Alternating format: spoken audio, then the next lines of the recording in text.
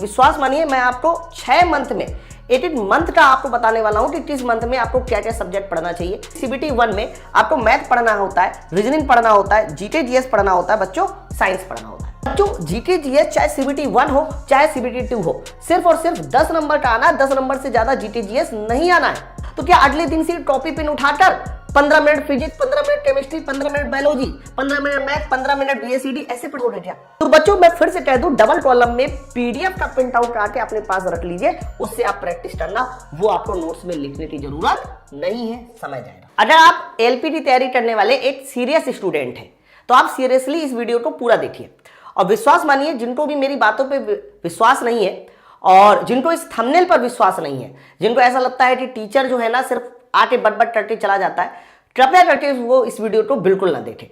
मतलब अगर देखे तो पूरा देखे। विश्वास मानिए मैं आपको 6 मंथ में 18 मंथ का आपको बताने वाला हूं कि किस मंथ में आपको क्या क्या सब्जेक्ट पढ़ना चाहिए, क्योंकि एएलपी का जो सिलेबस है ना वो इतना ज्यादा बड़ा है और उसको हम कैसे 6 से 7 महीने में कंप्लीट करने वाले हैं। पूरा का पूरा मैं आपको मंथ वाइज आपका टाइम मैनेजमेंट बता दूंगा कि आपको किस मंथ में कौन सा सब्जेक्ट पढ़ना चाहिए और नोट्स कैसे तैयार करनी चाहिए ताकि आप 6 से 7 महीने में एएलपी का कंप्लीट सिलेबस तैयार कर सकें।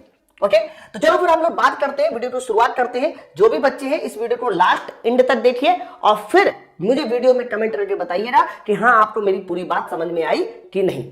तो बच्चों जैसे कि आप लोग देख पा रहे होंगे, मैं इस वीडियो में बताने वाला हूं कि किस सब्जेक्ट को कितना घंटे पढ़ना है डेली, उसके अलावा आपको नोट्स कैसे बनानी है। अगर ये प्रोसीजर आप सिर्फ और सिर्फ 6 महीने तक फॉलो करते हैं, डेफिनेटली आपका जो सिलेबस है ना वो 6 महीने में पूरा कवर हो जाएगा। तो स्टार्ट करते हैं वीडियो की। तो बच्चों आपको पता है कि एलपी टेक्नीशियन का यही आपके पास सिलेबस है। मैं नंबर की भी बात नहीं करता हूं, सिर्फ मैं आपको जनरली बता रहा हूं कि सीबीटी 1 में आपको मैथ पढ़ना होता है, रीजनिंग पढ़ना होता है, जीके जीएस पढ़ना होता है, बच्चों साइंस पढ़ना होता है। बच्चों जब सीबीटी 2 की बात करते हैं तो उसमें पार्ट ए और पार्ट बी होती है। पार्ट ए में आपको पता है मैथ, रीजनिंग, जीके जीएस और बेसिक साइंस, इंजीनियरिंग, ड्राइंग यानी बीएसईडी पढ़ना है। इसके अलावा पार्ट बी में आपको ट्रेड पढ़ना है। अल्टीमेट आपको पढ़ना तो यही है ना, पढ़ना तो यही है ना। अब इन्हीं सब्जेक्ट को मैंने एक बार फिर से मर्ज करके लिख लिया। अब देखो एलपी टेक्नीशियन की तैयारी करने के लिए सीबीटी 1 में भी मैथ पढ़ना है, सीबीटी 2 में, तो क्या मैथ 2 बार पढ़ोगे यार? नहीं ना। तो आप सिर्फ एक बार मैथ पढ़ोगे, यानी एक सब्जेक्ट आपको मैथ पढ़ना है, रीजनिंग पढ़ना है। अब आपने तो सर जीके जीएस भी बताया था। बच्चों जीके जीएस चाहे सीबीटी 1 हो चाहे सीबीटी 2 हो, सिर्फ और सिर्फ 10 नंबर का आना है, 10 नंबर से ज्यादा जीके जीएस नहीं आना है। विश्वास मानिए आप पूरा दिन भी जीके जीएस पढ़ोगे ना तब भी 10 में से 10 नहीं ला पाओगे, समझे? और अगर नहीं भी पढ़ोगे तब भी 5 नंबर 3-4 नंबर आ ही जाएंगे। तो इसीलिए जीके जीएस में हिस्ट्री, पॉलिटी, ज्योग्राफी पढ़ने की गलती बिल्कुल नहीं कर देना, विश्वास मानिए, नहीं तो आपके पास यही सबसे ज्यादा दिक्कत वाली बात हो जाएगी कि जिसमें आपको समय देना चाहिए आपने उसमें समय नहीं दिया। तो मैंने कहा कि आपको भाई मैथ पढ़ना है, आपको रीजनिंग पढ़ना है। जीके जीएस में आप केवल और केवल स्टैटिक जीके पढ़ेंगे, जो कि रेलवे हर बार एएलपी के पेपर में पूछता था। हिस्ट्री, पॉलिटी, ज्योग्राफी नहीं पढ़ेंगे और करंट अफेयर पढ़ेंगे। फिर इसके बाद बीएसईडी का सब्जेक्ट पढ़ना है, ट्रेड पढ़ना है। ट्रेड के अलावा आपको फिजिक्स, केमिस्ट्री और बच्चों बायोलॉजी पढ़नी है। अल्टीमेट आपको पढ़ना तो यही सब है ना, इसके अलावा तो और कुछ नहीं पढ़ना ना सीबीटी 2 तक के लिए। अब इन पूरे सब्जेक्ट को हम 6 महीने में कैसे कवर करने वाले ये सुनिए। अब जैसे बच्चों ने देखा कि ये 9 सब्जेक्ट है और आपने कहीं से पढ़ाई करना शुरू कर दिया, तो क्या अगले दिन से कॉपी पेन उठाकर 15 minute physics, 15 minute chemistry, 15 minute biology, 15 minute math, 15 minute BSED ऐसे पढ़ोगे क्या? बच्चों ऐसे पढ़ोगे तो आप पागल हो जाओगे, आप पागल पड़ जाओगे। तो हमें यहां पर इन सारे के सारे सब्जेक्ट को पढ़ने का एक टाइम मैनेजमेंट समझना पड़ेगा कि 6 महीने में हम लोग किस महीने में किसको पूरा कवर कर सकते हैं और ऐसे कवर करना है कि हमारा सब्जेक्ट भी कवर हो जाए, साथ साथ रिवीजन भी हो जाए। समझ रहे हैं मेरी बात को? इसीलिए आपको करना क्या है कि 3-3 सब्जेक्ट का जो है पेयर बनाना है और उन 3 सब्जेक्ट को आपको कैसे पढ़ना है बच्चों? पैरेलल में। जैसे भी आपका जब पहला मंथ स्टार्ट होगा, और मैं तो कहता हूं कि अभी अप्रैल शुरू हो गया है, आज 3 अप्रैल है, 2 अप्रैल है, आप यही वाले मंथ से पढ़ाई करना शुरू कर दीजिए और सिर्फ 6 महीने के बाद देखिएगा आप पूरी तरीके से एएलपी निकालने के लिए सक्षम हो चुके होंगे। तो अगर आप अप्रैल मंथ से शुरुआत करते हैं तो पहले मंथ में आपको क्या करना है बच्चों? पहले मंथ में आपको मैथ, रीजनिंग यानी ये 3 सब्जेक्ट, मैं आपकी जगह होता तो मैं पहले यही 3 सब्जेक्ट को पैरेलल में स्टार्ट करता। पहले मैं यही स्टार्ट करता क्योंकि मेन सीबीटी 1 है हमारा। तो बच्चों आपको पता है कि मैथ का जो सिलेबस है वो 150 घंटे के आसपास का है, बताइए। रीजनिंग आप बड़े आराम से 1 महीने में कवर कर सकते हो बच्चों, और इसके बाद फिजिक्स भी। मतलब कहने का ये है कि पहले मंथ में आप math, reasoning, physics in 3 subject को उठाइए, और जिस भी एप्लीकेशन से आप पढ़ाई करना शुरू करते, जो भी सोर्स से आप पढ़ाई करना शुरू करते, चाहे वो कोई भी तरह का सोर्स हो, वहां से पढ़ाई करना शुरू कीजिए, और 1 मंथ में आप अपनी फिजिक्स को कंप्लीट करेंगे, फिजिक्स फिनिश कीजिए। रीजनिंग भी 1 मंथ में कंप्लीट कीजिए पूरी तरीके से। मतलब रीजनिंग के भी जितने चैप्टर है वो भी 1 मंथ में कंप्लीट कीजिए, फिजिक्स के भी चैप्टर 1 मंथ में कंप्लीट कीजिए। लेकिन बच्चों मैथ कंप्लीट नहीं होगा, फिर भी कहीं ना कहीं मैथ के 30 घंटे कंप्लीट हो चुके होंगे। सबको 1-1 घंटा पढ़ना है। सबको कितने घंटा पढ़ना है बच्चों? 1-1 घंटे के आसपास पढ़ना। आप 1.25 घंटा भी कर सकते हैं, 1 घंटा, 1.25 घंटा, 1.5 घंटा, वो आपकी इच्छा है। लेकिन रीजनिंग को उसी मंथ में कंप्लीट कर लेना, और फिजिक्स को भी उसी मंथ में कंप्लीट कर लेना। फिजिक्स की नोट्स कैसे बनानी है मैं फिर से बता दूं। फिजिक्स की जो नोट्स बनानी है आप लोगों को, वो थ्योरी जो हम लोग एप्लीकेशन पे पढ़ाते हैं थ्योरी, सर उसे तो अपनी नोट्स में लिखिए। लेकिन मान लीजिए आपने फिजिक्स के क्वेश्चन पढ़ रहे हैं, करंट एंड रेजिस्टेंस वाला चैप्टर पढ़ रहे हैं, तो करंट एंड रेजिस्टेंस की थ्योरी तो अपनी कॉपी में लिखिए बच्चों। लेकिन उसके जो क्वेश्चन है वो अपनी कॉपी में नहीं लिखना, नहीं तो समय जाएगा, और समय जाएगा तो समय किसके पास है भाई? थ्योरी अपनी कॉपी में लिखिए। थ्योरी के पढ़ाते समय जो मैंने न्यूमेरिकल सॉल्व कराए हैं वो अपनी कॉपी में लिखिए, एग्जाम्पल वाले न्यूमेरिकल। लेकिन उसके जो क्वेश्चन है, ऑब्जेक्टिव क्वेश्चन है, उसकी आपको पीडीएफ दी जाती है, और वो पीडीएफ डबल कॉलम में होती है, जैसे आप ऑफलाइन में मिलती थी ना, उसका आप बाहर से प्रिंट आउट करके अपने पास रख लीजिए। तो बच्चों मैं फिर से कह दूं, डबल कॉलम में पीडीएफ का प्रिंट आउट करके अपने पास रख लीजिए, उससे आप प्रैक्टिस करना, वो आपको नोट्स में लिखने की जरूरत नहीं है, समझ जाएगा।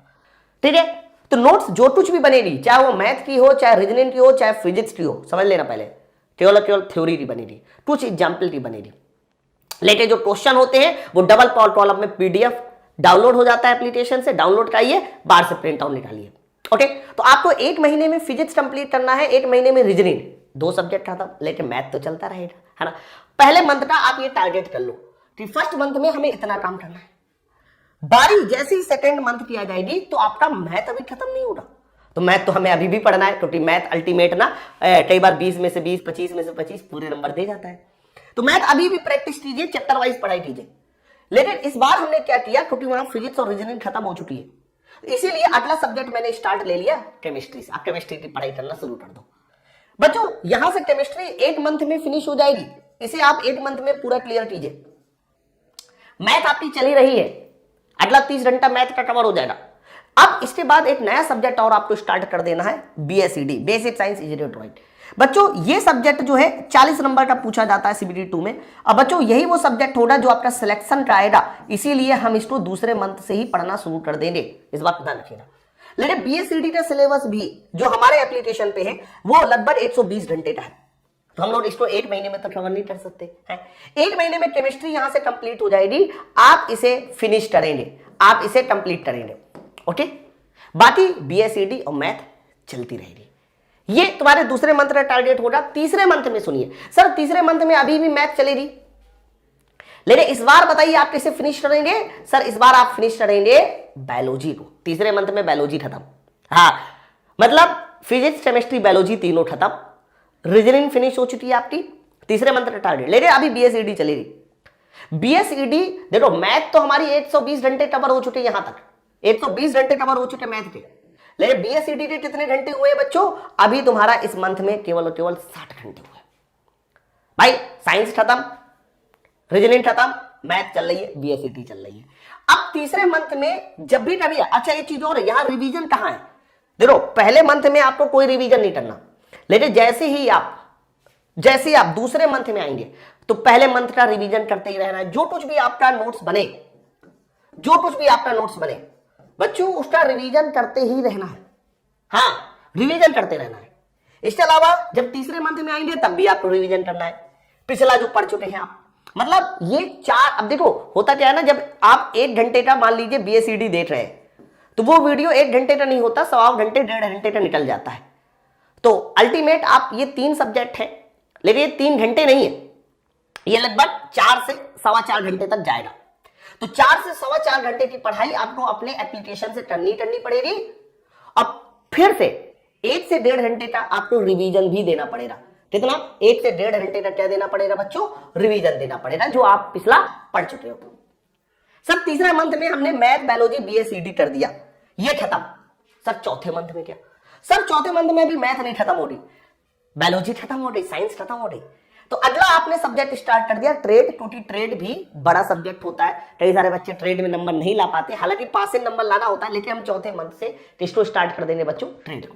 ओके, चौथे मंथ से हमने ट्रेड स्टार्ट कर दिया। अभी हमारा BSED चलेगा और याले मंथ में जाके BSED 90 घंटे का होगा और चौथे मंथ में जाके मैथ तुम्हारा कितने 120 घंटे का होगा। समझिए, यहां से बच्चों ट्रेड स्टार्ट हो चुका है, ध्यान रखना। पिछला रिवीजन करना ही करना है, 1 से 1.5 घंटा पिछला रिवीजन करना ही करना है। इसके बाद अगला जो 5वां मंथ होगा, सर 5वें मंथ में आपको मैथ पढ़ना ही पढ़ना है। मैथ जाके आप 150 घंटे कंप्लीट, यानी यहां से मैथ आपका कह सकते हो 5वें मंथ में फिनिश हो जाएगा मेरे भाई। और यहां से BSED कितना हुआ था? BSED यहां तक 90 हुआ था और यहां 120 घंटे का BSED होगा और यहां से BSED भी पूरी तरह से फिनिश। लेकिन ट्रेड अभी नहीं, देखो ट्रेड अभी चला। ट्रेड यहां तक पहुंचा कितने घंटे का? 60 घंटे का। इसके बाद पांचवा महीना कंप्लीट हो गया और हम लोग क्या क्या खत्म कर चुके? हम लोग BSED खत्म कर चुके, हम लोग रीजनिंग खत्म कर चुके, हम लोग मैथ खत्म कर चुके, हम लोग साइंस खत्म कर चुके। समझिए, ट्रेड बचा हुआ है और स्टैटिक जीके करंट अफेयर बचा हुआ है। तो ट्रेड यहां तक था 60 घंटे का और बच्चों यहां पर जाके ट्रेड हो जाएगा 90 घंटे का। अरे आपने ट्रेड को 90 घंटे दे दिया तो ट्रेड भी बहुत आराम से निकल जाएगा, लेकिन स्टैटिक जीके और करंट अफेयर भी तो पढ़ना है। तो यहां पर आपको क्या करना है बच्चों? यहां पर स्टैटिक जीके भी डेली 1 घंटे पढ़िए। एप्लीकेशन पे शशांक सर ने पढ़ा रखा है, 1 घंटे पढ़ेंगे बहुत हो जाएगा। आपको स्टैटिक जीके में 10-12 टॉपिक होते हैं, बस वही टॉपिक पढ़ने और 1 घंटे आपको क्या पढ़ना है? करंट अफेयर पढ़ना है।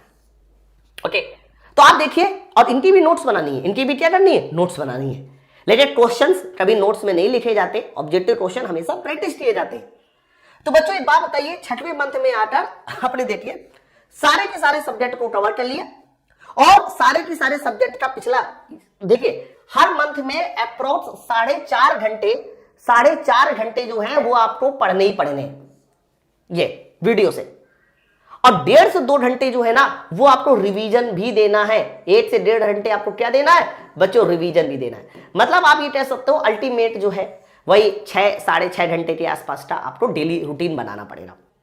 ठीक है, वो डिपेंड करता है कि आप कितना जल्दी वीडियो पढ़ लेते हैं। कई बार क्या होता है कि जब आप लोग क्लास देखते हो तो 1 घंटे की क्लास आप 1 घंटे में ही देख लेते हो। कुछ लोग की नॉलेज पहले से ठीक ठाक होती है, वो 1 घंटे की क्लास को जंप करके मतलब 2x की स्पीड पे चलाकर 45 मिनट में ही देख सकते हैं।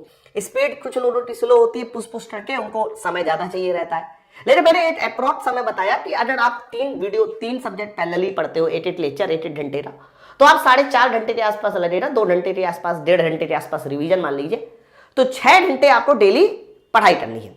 ओके, तो बच्चों 6वें मंथ में आकर देखिए आप फाइनली सारे के सारे सब्जेक्ट को कवर कर ले रहा हूं। बात क्लियर है ना? फिर जैसे ही 6वां मंथ क्लियर हो जाए, यानी 6वें मंथ में ये सारे के सारे सब्जेक्ट हो जाए, आपके पूरी की पूरी नोट्स तैयार हो जाए, और बच्चों एक बार नोट्स तैयार हो रही ना, फिर आपको सब कुछ याद रखने से कोई नहीं रोक पाएगा, मैं विश्वास के साथ कहता हूं। फिर इसके बाद आपको क्या करना है? मॉक टेस्ट लगाने हैं। पहले आपको CBT 1 का मॉक टेस्ट लगाना है और फिर तुम्हें लगाना है CBT 2 का। तो यहां से 6 महीने में, पूरी तरह से 6 महीने में आप ALP का कंप्लीट सिलेबस पढ़ सकते हो, कंप्लीट कर सकते हो, थ्योरी के साथ नोट्स बना सकते हो।